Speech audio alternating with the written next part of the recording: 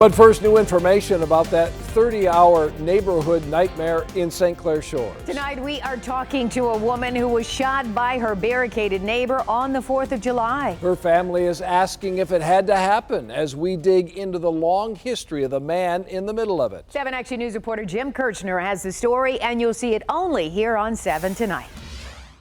These are all the police incident reports we obtained here in St. Clair Shores going back to 2006 and a rape case involving a young girl. The gunman, Tom Eilenfeld, killed his own girlfriend inside this house, later turned the gun on himself. On the night of the 4th of July, it started with him shooting at his neighbors across the street. Her mother was sitting on the front step with the kids. She was shot in the ankle.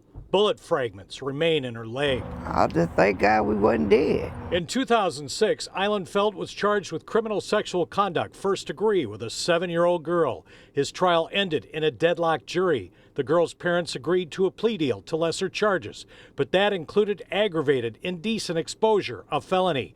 Take a look. Here's the court document where it's written as count number 3. In 2014, St. Clair Shores police responded to a report of loud music. Their report states they encountered Eilenfeld walking out of his house with a shotgun.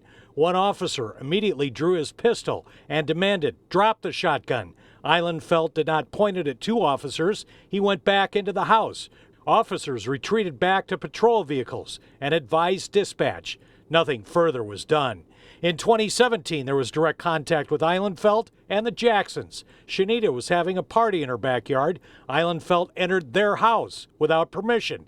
He said her family needed to contain themselves. He returned to his residence. 2 officers knocked on his door for 10 minutes. No one answered, unable to make contact with Tom.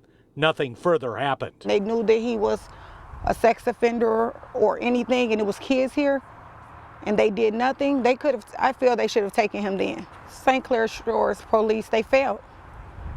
I feel all of this could have been prevented. St. Clair Shores police declined an on-camera interview for this report, but they say the Law Enforcement Information Network had no information that Eilenfeld was a convicted felon from that 2006 CSC case. They say if it had been in there, they would have reacted differently. In St. Clair Shores, Jim Kirchner, 7 Action News. Jim, thank you. Tonight.